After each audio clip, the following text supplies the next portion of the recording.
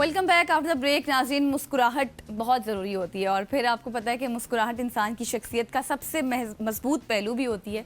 लेकिन जब आपके दांत ख़राब हों, दांत गंदे हों, दांत की तरतीब सही ना हो, तो फिर ये मुस्कुराहट जो है ना आपकी शर्मिंदगी का बायस भी बन जाती है। अक्सर लोग कन्फ्यूजन का शिकार हो जाते हैं कि कई लोग वाकई ज़रूरत के तहत ब्रेसेस वगैरह लगवाते हैं, तो कई सिर्फ खूबसूरत मुस्कुराहट जो होती है उसको हासिल करने के लिए।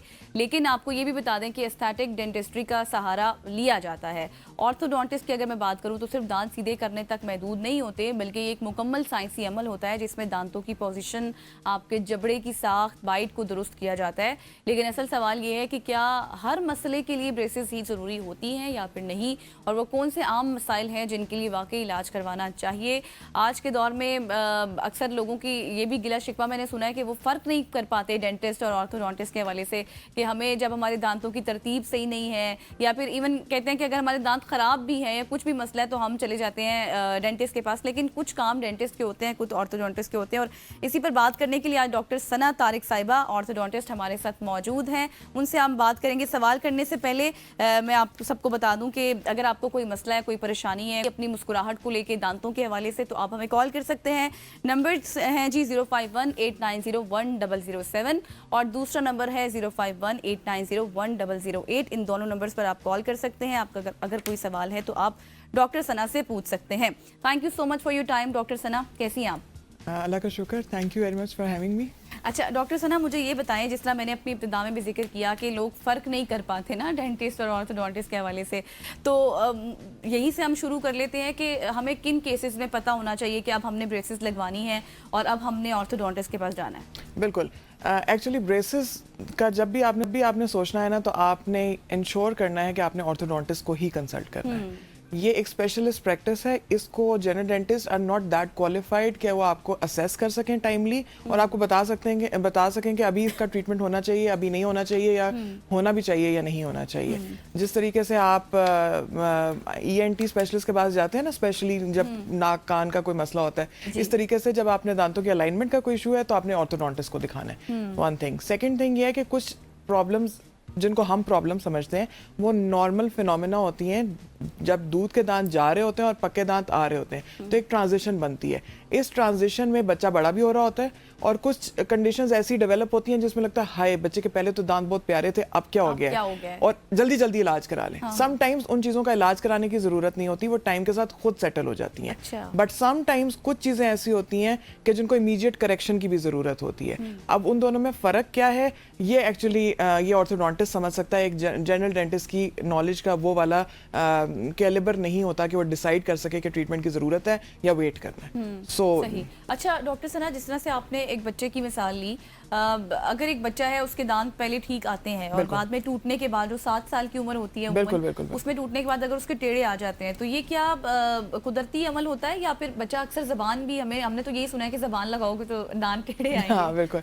एक्चुअली होता यह है कि जहाँ से दांत गिरता है ना, तो वहाँ पे एक छोटा सा जख्म सा ही बनता है ना, तो नया निकलता है, तो बच्चा उसको एक हल्की सी पेन फील हो रही होती है, उसको सूद करने के लिए वहाँ जुबान लगाता है। ठीक है, वो समटाइम्स मतलब वो इतना वो प्रॉब्लम नहीं होता टिल द टाइम कि वो इतना ज्यादा करे कि उस दांत की डायरेक्शन को चेंज करना शुरू कर दे। अच्छा। ठीक है।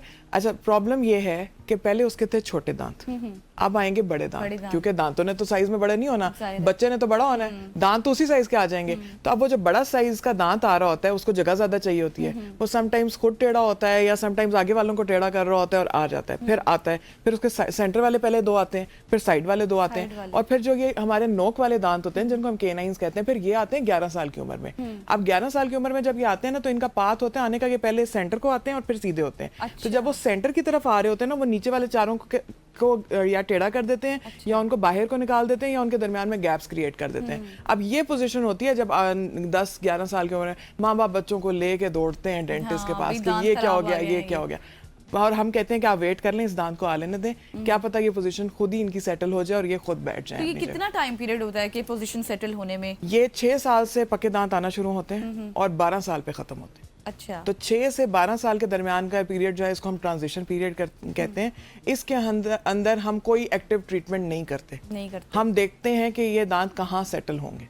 ठीक है, और कराना भी नहीं चाहिए। और जो करते हैं नहीं, हम बिल्कुल अनअटेंडेड भी नहीं छोड़ देते। अच्छा। हम आपको कहते हैं कि आप 6-6 मंथ्स के फॉलोअप पे हमें दिखाते रहें। उसकी रीजन ये होती है कि अगर कोई डिस्क्रिपेंसी आ रही है ना कि जिस दांत ने गिरना था वो गिरा नहीं है और पीछे वाला डिले हो गया, हम उसको कुछ करके या दांत निकाल देते हैं उस वाले को ताकि वो टाइम से आ जाए, या कुछ मतलब जो थोड़ी बहुत लाइक प्रिवेंटिव मेजर्स होते हैं ना वो हम करते रहते हैं ताकि डेंटेशन सेटल हो जाए। जो करेक्टिव मेजर्स हैं वो हम 12 साल के बाद करते हैं। अच्छा, इसमें कुछ एक्सेप्शंस है। ठीक है। उसकी एक्सेप्शन जो मोस्ट कॉमन एक्सेप्शन है वो ये है कि ऊपर के दांत आगे होते हैं और नीचे के दांत पीछे होते हैं। अच्छा। अगर ये सिचुएशन बन रही है कि ऊपर के दांत पीछे और नीचे के आगे हो रहे हैं तो फिर आप तो आपने इमीडिएट करेक्शन के लिए भागना है। अच्छा, जो आपने जिक्र किया कि आप दांत अगर नहीं टूटा तो फिर उसको आप निकाल भी लेते हैं। निकाल भी लेते हैं। तो क्या ये जरूरी होता है निकालना? बिल्कुल जरूरी होता है। आजकल जो है ना हमारे बच्चे जिस किस्म की डाइट ले रहे हैं ना उसमें जो दूध के दांतों ने गिरना है ना वो जरा प्रोसेस स्लो हो गया। अच्छा। तो वो जब उनकी रूट्स रिजॉल्व नहीं होती और नीचे से दांत जो है वो आ रहा है और ऊपर वाला जा नहीं रहा तो वो ऑब्वियसली या गलत जगह निकलेगा, कोई और रास्ता देखेगा या फंस जाएगा। ठीक है, तो समटाइम्स उसको करेक्ट करने के लिए ना हम दूध के दांत को निकाल देते हैं। और यही वजह होती है कि फिर बच्चों के अक्सर हमने देखा है डबल दांत आ रहे होते हैं। हाँ, जो डबल दांत की ये भी एक वो मिसकंसेप्शन है।